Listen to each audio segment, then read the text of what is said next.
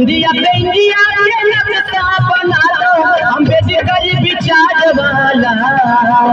हमारा नथिया ओ हमारा नथिया हमारा नथिया पर लिखता जे भी बहुजन के प्याज वाला।